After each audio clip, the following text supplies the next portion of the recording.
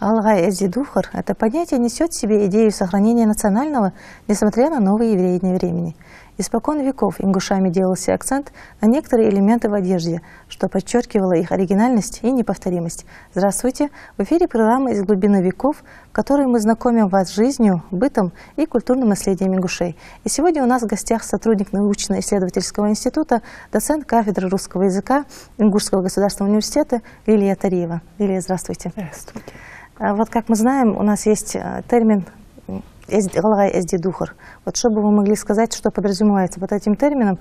Вот, например, у нас есть по сей день актуально ношение головного убора. Ну, это два разных вопроса. Во-первых, вы сказали «духр», и этим обозначили разницу между одеждой и костюмом.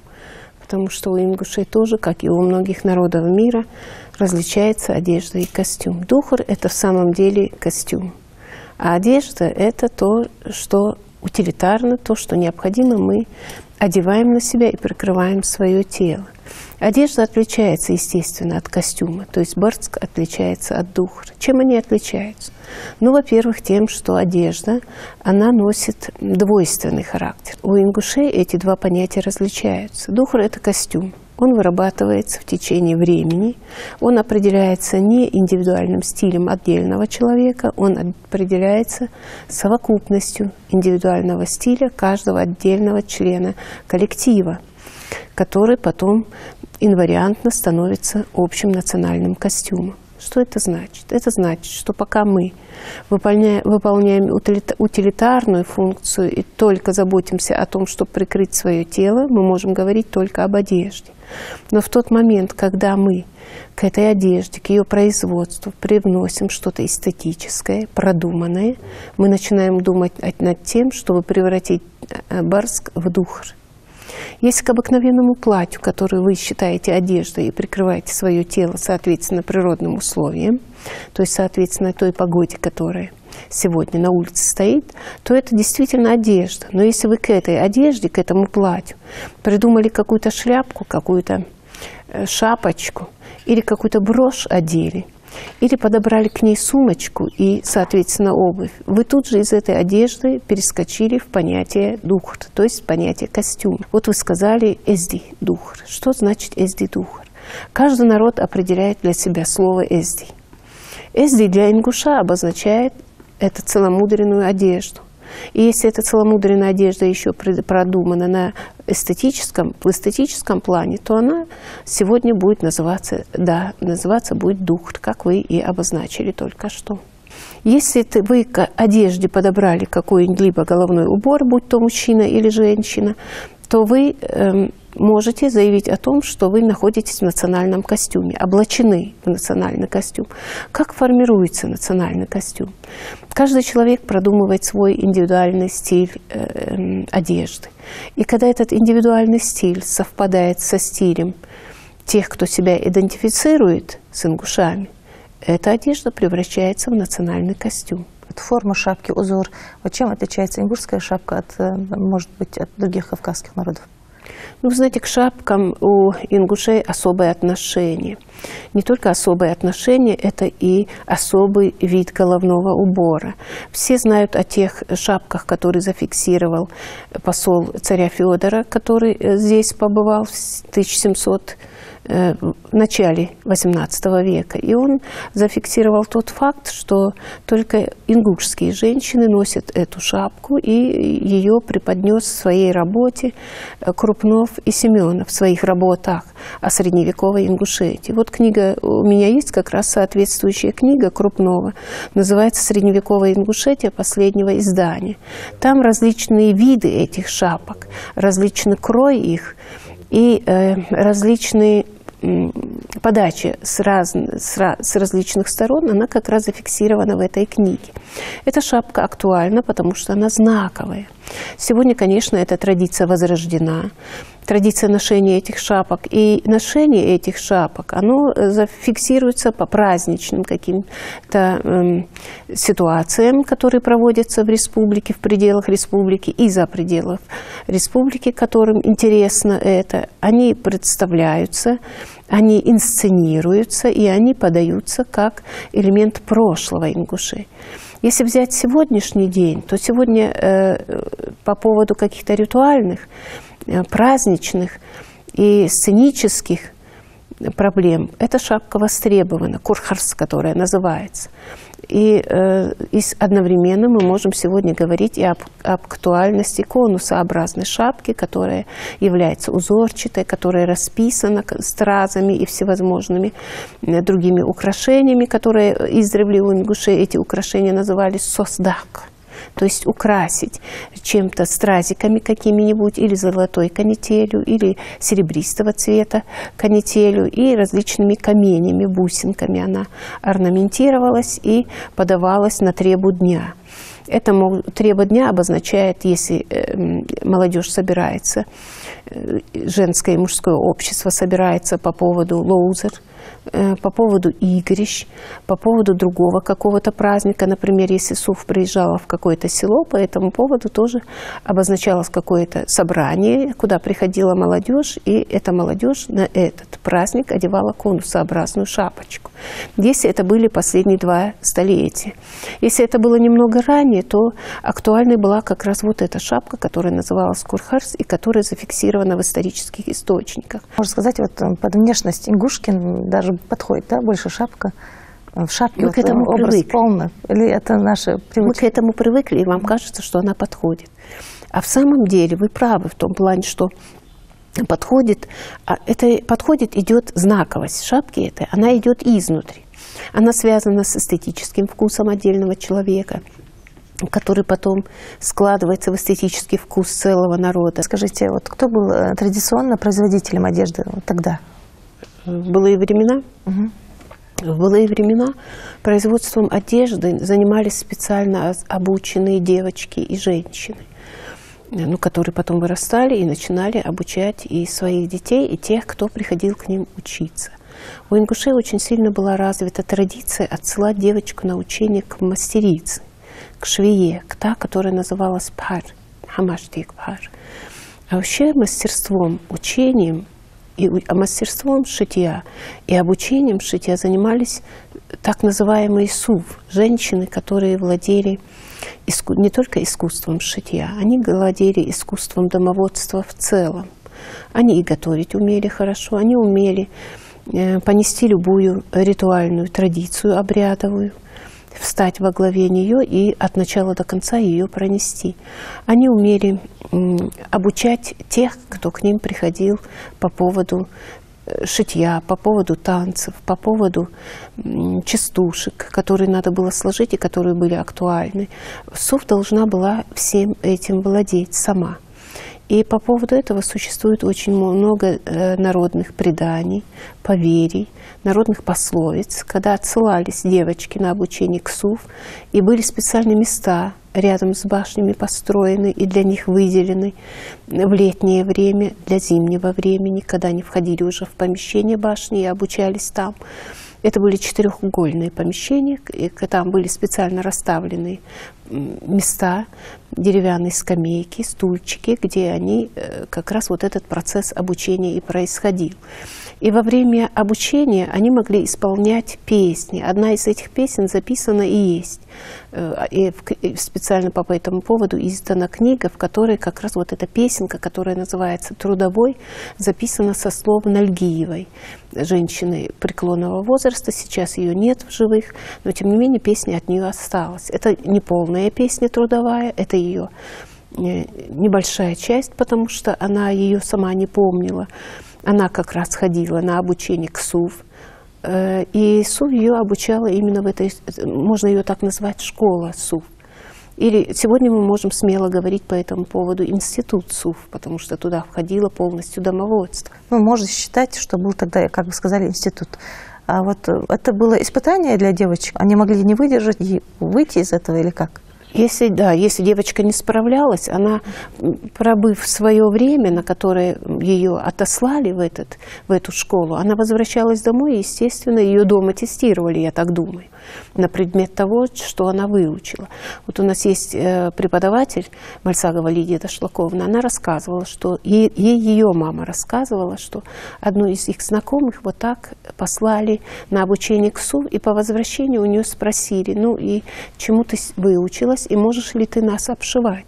На что девочка ответила: «Со доутатилшхани». Это обозначает, что она не справилась с мастерством швеи, и она занималась только тем, что раздавала пищу. Как она, тем, как подсобник, может быть, да? Была подмастерьем, который раздавал пищу и поддерживал этот процесс обучения. И вот, продолжая тему того, что они распевали песни, собравшись, вышивая, там, может, мы перейдем уже к музыкальной паузе. Давайте, чтобы дать слово музыкантам.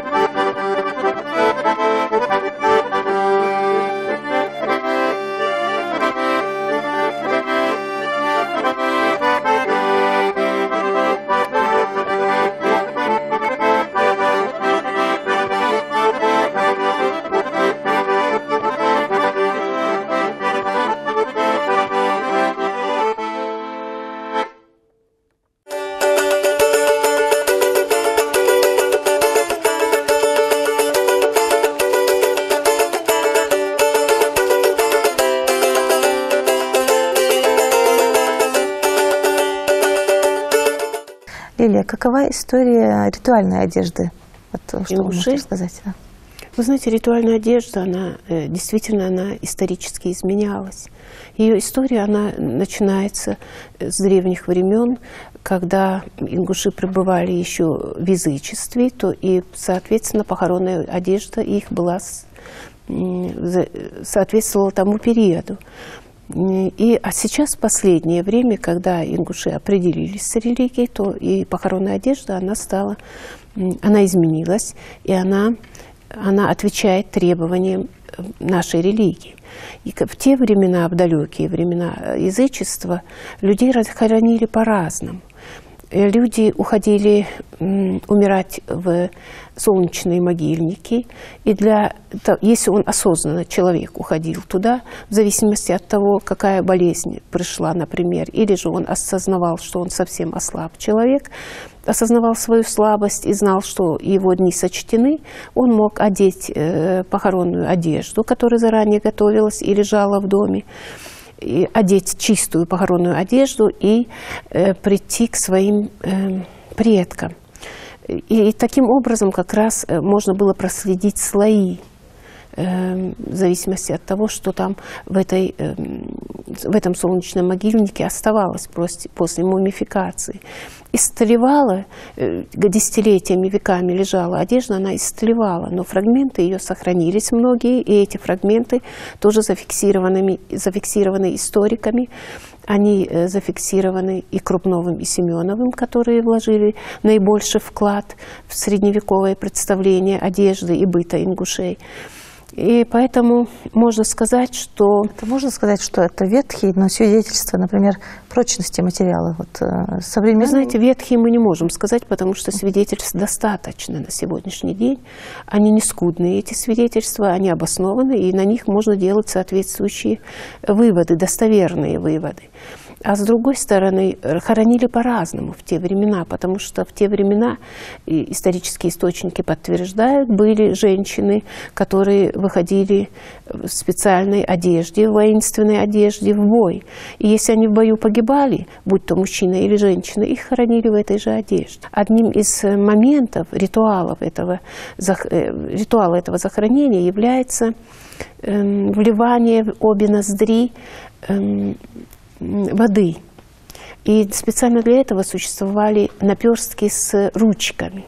Долго не могли понять исследователи, зачем наперстку нужна была эта ручка. Оказалось, что существовал такой обряд, когда мерчи, потому и назывался ритуальный обряд мерчи, похоронный ритуальный обряд включал в себя мерчи, потому что в меричу вливались вот эти два наперстка воды, чтобы засвидетельствовать перед перед тем, кто примет ее, что человек, и он или она прошли обряд омовения. Сегодня слово «мерчи» используется в том же смысле? Да, нет, оно не используется. Конечно, произошло опрощение, семантическое опрощение, и сегодня эти два понятия распались. С принятием ислама ингуши добавили туда еще и парп. Это верхняя одежда, которая одевается поверх мерчи. Это куски ткани, в которые оборачивается сегодня покойник. Они бывают белого или же зеленого цвета. Другие цвета до сих пор не применялись. Мы уже поговорили о погребальной одежде. Вот если перейти к праздничным мероприятиям, какая одежда использовалась? Праздничная одежда специально у ингушей называлась цейдухр. И кроме того, что цейдухр, это было, естественно, по поводу различных праздников, которые праздновались соответственно календарю. Ингуши всегда были привержены календарю. И у них календарь этот, он сохранялся и сейчас сохраняется в виде отдельных значков на наших каменных памятниках в горах. Одежда, которая называлась цейдухр, она включала в себя и одежду жрецов. Одежда жреца продумывалась. Она продумывалась настолько глубоко, что надо было отметить каждый элемент этой одежды и с фасадной стороны, и с тыльной стороны, потому что за жрецом шли люди, и они внимательно следили, они шли за ним, и они следили за тем, как он передвигается, и не только за этим, но и за тем, во что он одет, и правильно ли он одет. Если одежда была неправильная, или содержала в себе не тот элемент, который должен быть в этой одежде, то по поводу этого делалось замечание, и могло даже быть отложено ритуальное исполнение. Будь то праздничное исполнение, или же похоронное исполнение. Поэтому одежда была всегда у ингуша продуманная. О том, что эта одежда была продуманной, свидетельствует тот факт, что на Северном Кавказе так, как именовал свои костюмы ингуш, ни у какого другого народа не встречается. Это зафиксировано в монографиях, в статьях и в других научных источниках. Вы, наверное, заметили, если где-то рождается ребенок, у родственников, у близких, первая мысль – купить костюмчик и пойти отметить это событие. Это связано с тем, как раз со второй частью костюма лей-вуали. Лей – это если умрет, по поводу этого был костюм специально хранился. И опять-таки этим всем заправлял Асуф. А вуали – это если он родится. Понимаете, в одном наименовании как раз вот эти два полярных антонимичных явления, они обозначались ингушом, и он следовал этой традиции. Но сегодня, если вы заметили, и в плане еды тоже сохраняется хашдавуари.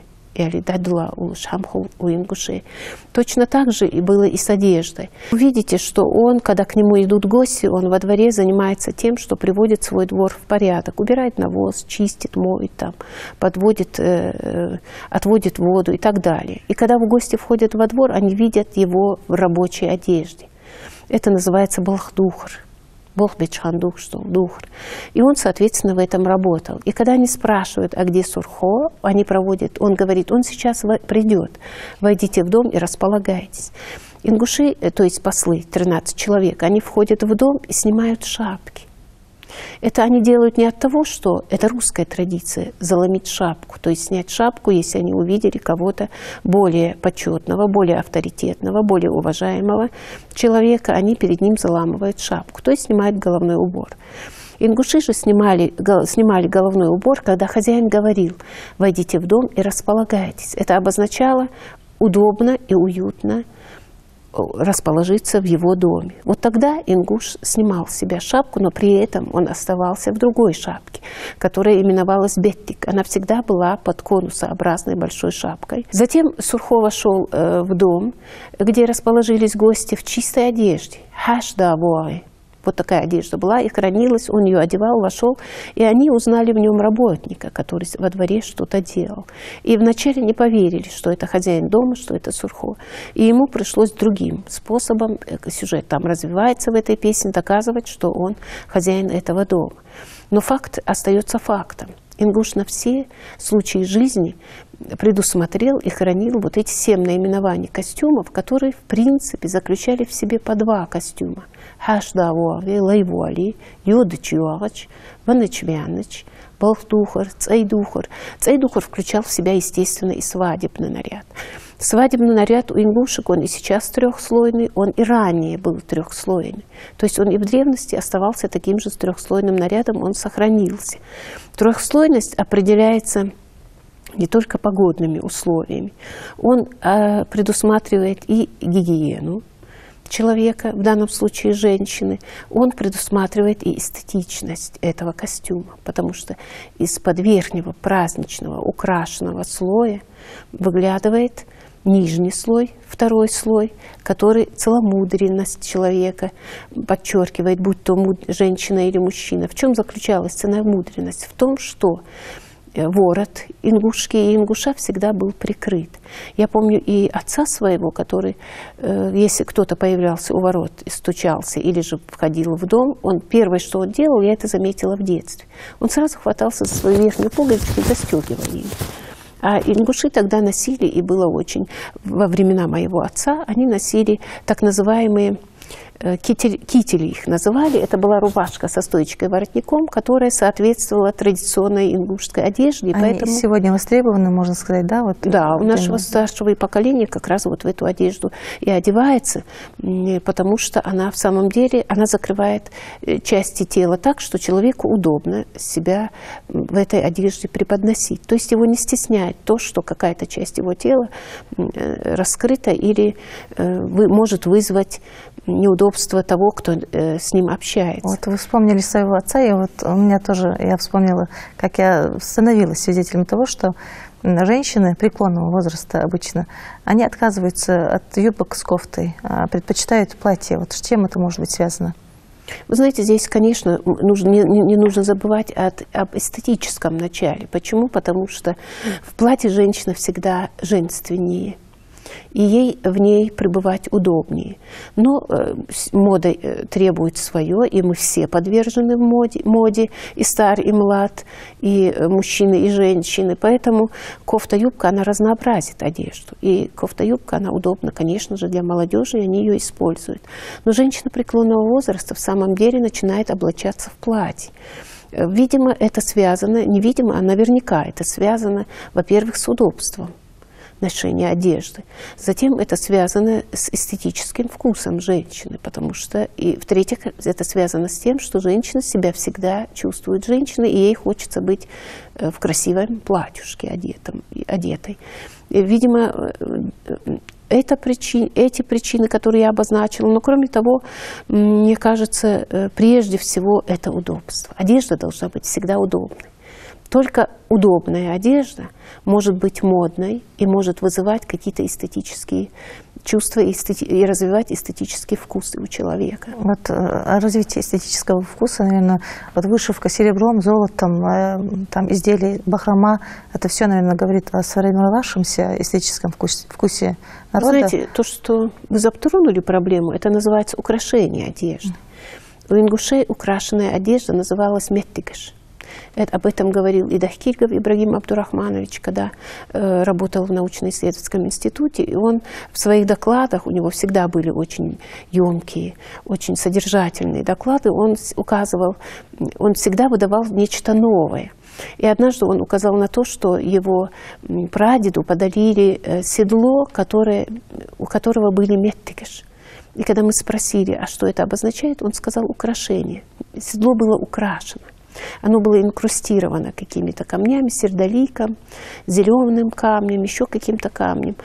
И в итоге стало ясно, что это касалось, естественно, касалось не только седла, это касалось любой украшенной одежды. И вы правы, это формирует эстетический вкус. И это украшение, если оно не изобилует с тем, что мы называем сос дяхка, это все должно быть в меру. Когда это сделано в меру, и сос, и дяхка в меру, и инкрустация всевозможными цвета камнями. Эта мера, она говорит о том, что у человека выработан эстетический вкус. И если она, естественно, радует глаз, не только его создателя, но и тех, кто эту одежду покупает и носит. Пошив национальных платьев, вот по-вашему, наши модельеры следуют традиции? Если мы возьмем любой свадебный салон сегодня и войдем туда, в этот салон, мы увидим, насколько красиво, насколько эстетично и насколько умеренно, и в то же время радуя глаз, они обыграли каждый элемент национального ингушского костюма.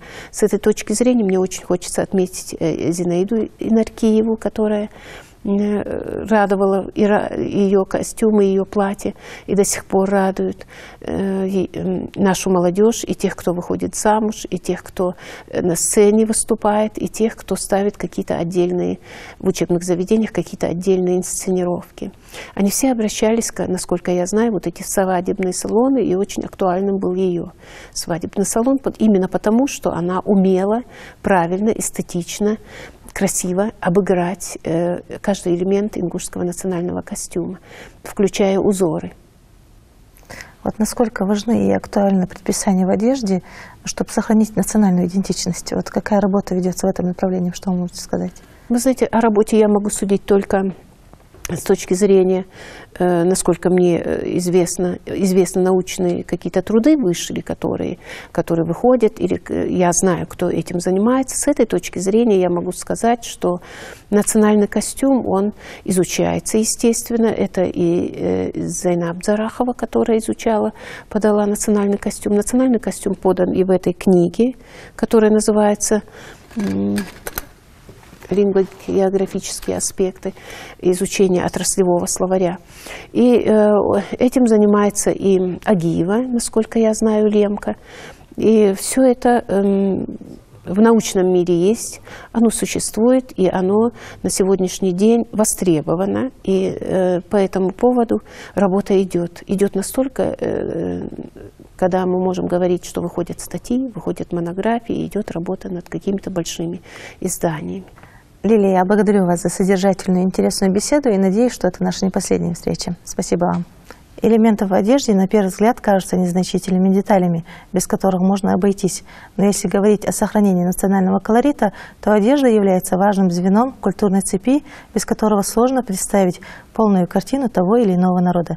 Дорогие телезрители, я благодарю вас за внимание и до новых встреч.